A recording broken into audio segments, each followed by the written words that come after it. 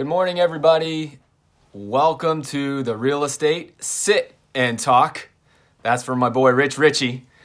And I hope you all are having a great day. Heads up here, we are going to be talking about what the 1% rule is. What is the 1% rule and what's wrong with it? And if you have more questions about this, this will be one of the topics on today's Not Your Average Investor show at 12:30 here in about 20 minutes. So you can register at jwbshow.com. We're talking the 1% rule here. So you may have heard, you may have read about the 1% rule. What is the 1% rule? This is a common thing in more active real estate blogs and forums. So what is it and what is wrong with it? Well, the 1% rule is an easy rule of thumb. It's a rule of thumb that active real estate rental property investors use to analyze a rental property and to decide if it's something they want to invest in. And the theory is that if the property rents for 1% of the purchase price or the cost basis, if you're putting some repairs into it, then it's a good deal. So for example, if you are of the 1%ers, you should only purchase a rental property if you're able to acquire a rental property and it rents for $1,000 a month, and you should only pay $100,000 for that property. There's that 1%. And welcome everybody who's watching right now. I see Katrina's watching and Wendy. I appreciate you guys being here. We're talking about what the 1% rule is in rental property investing and what's wrong with it. So the 1% is a rent to price ratio. 1% of the purchase price is, for an active investor, is what they will tell you that you should pay for a property that rents out. For $1,000 a month, you should pay no more than $100,000. It sounds great. And it is if you're an active investor. That is the key word here. But here is the downside. In order to achieve the 1% rule, guess what? You have to buy a property under market value. Welcome everybody here. We're talking about what is the 1% rule and what's wrong with it. The 1% rule is the rent to price ratio. And for active investors, people like to talk about it. It means that if you buy a property for $100,000, they say that should rent for $1,000 a month. And here's the downside. In order to do it, you have to buy a property under market value. That means you have to be an active investor. That means that you need to take on lots of risk. That means that you need to put lots of time and energy and money into this process. How else are you going to find an undervalued property, right? You're buying a distressed asset, undervalued. That's why you'd be able to do it. You have to be an active investor. So let's talk about what that really means, right? As an active investor, it means you're going to be spending lots of money and lots of time marketing. So what do I mean by marketing? Think of those beautiful little "We Buy Houses" signs on the street corners, right? Oh yeah, you're going to be putting those out. You're going to be sending letters out to distressed owners so that you can buy a property under market value. You're going to be doing all those things. You're going to be spending 6 to 9 months making offers and counter offers and getting rejected. So that's a lot of fun. You'll do that before you get your first property under contract. Let's see what else. You'll be paying cash for the property, or at least for the renovations, because again, you're going to do a major renovation, because you can't go out and get a normal bank loan for a property that's in that condition. Again, remember, you're buying it under market value, so it's going to need work. So it's not as easy as you going out and putting 20% down to buy the property. You'll need to pay for the whole thing in cash or at least the repairs. So plan on putting, I don't know, maybe 50 grand, 75 grand, maybe 150 grand into the property. So just be prepared for that. You're going to take on the risks of unclear title and seller issues. Ask me how I know this. For those of you who are watching the Real Estate Walk and Talk last week, I shared how JWB, who is a pro at this now, we've been doing this for 15 years, we lost over $100,000 on a recent property because of a title issue. So there's that risk that you'd be taking on. You're going to be managing contractors. Because it's an undervalued asset, you have to put work back into it. Who doesn't love managing contractors? Welcome everybody. If you love managing contractors, tell me how much you love managing contractors. Put a comment in there if you're watching right now. That is not fun. And then you'll have to spend time finding and viewing a property manager. Does all this sound fun as an active investor?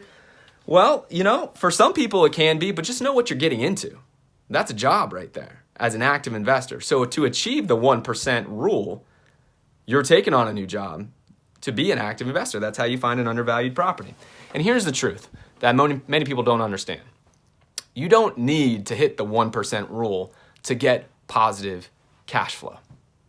You don't need to hit the 1% rule to get positive cash flow, right? That's what this passive approach is about, right? You don't have to do that litany of things that I was just describing, right? And you can still get positive cash flow.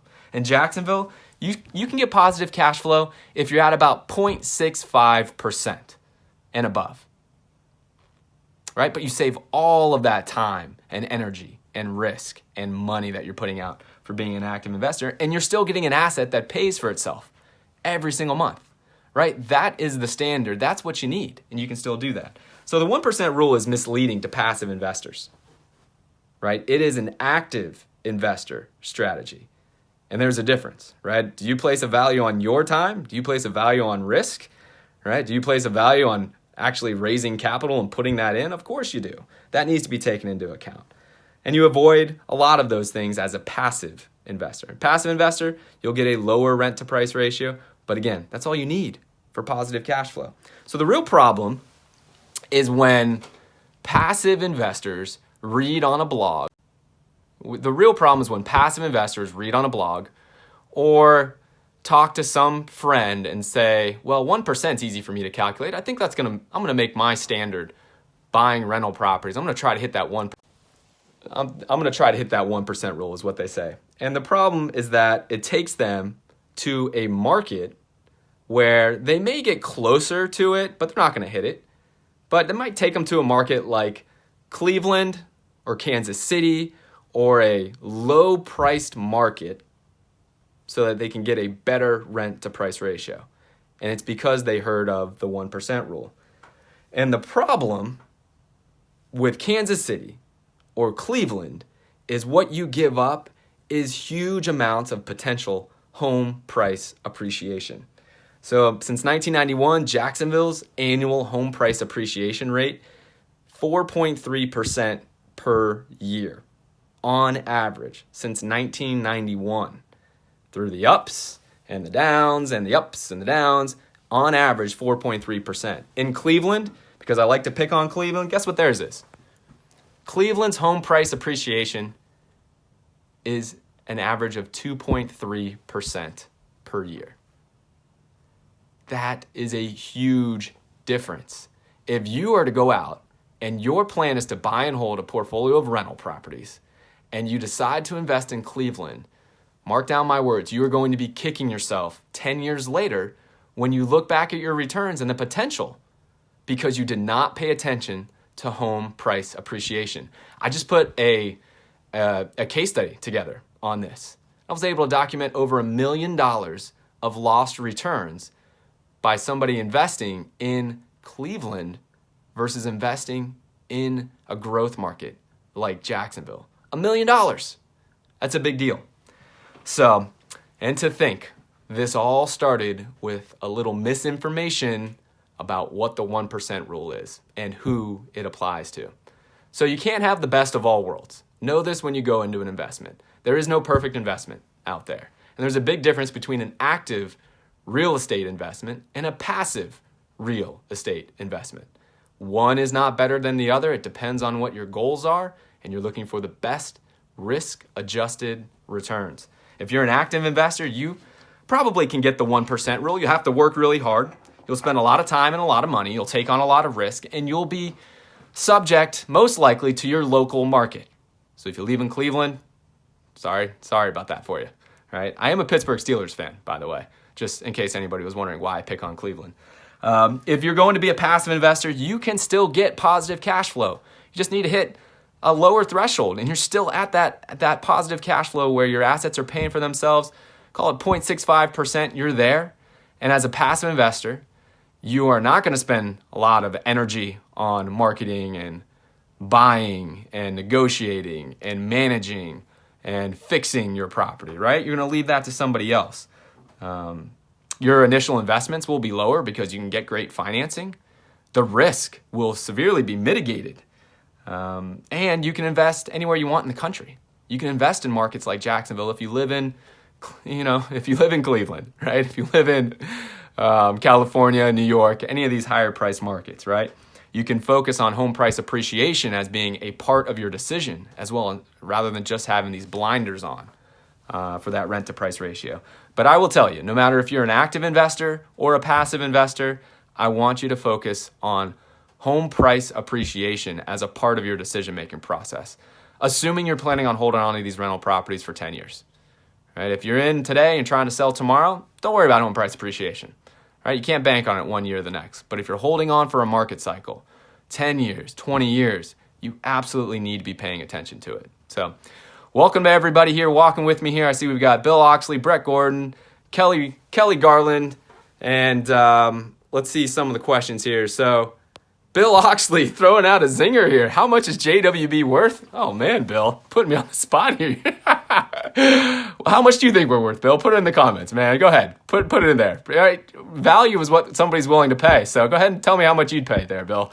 And then Bill also asked the 1% rule or passive cash flow, right? So I'm making a delineation between the 1% rule as being an active investor strategy. Right? If you're an active investor, you're going to buy properties under market value, and you're going to put a lot of time and energy and take on a lot of risk and put in a lot of money to do that. That's the only way you hit the 1% rule, right? You would have to buy properties under market value, pretty far under market value to do that. And so that 1% rule is geared towards active investors. Now, passive investors can still enjoy positive cash flow, and it is passive cash flow, right? JWB does all the work for you, and it pays for itself and then some every single month. So you can do it, and all you really need, whether you're active or you're passive, all you really need is to hit about 0.65 in the Jacksonville market, 0.65%, and you'd be positive cash flow, right? And you'd save all that time, energy, all that risk, and you'd still be able to invest in a growth market like Jacksonville. So that's why a lot of clients will come to JWB. They know that the 1% rule is more of a fallacy if you're a passive investor. And Bill Oxley said 50 million. Hey, that sounds great, Bill. We'll go with that. All right, everybody. We're going to jump on here on the Not Your Average Investor show. It's in about 10 minutes, so I'm going to jump on here with my good friend Pablo. Hope you'll catch us. It's at jwbshow.com. You can register, and I'll catch you there. Thanks, everybody.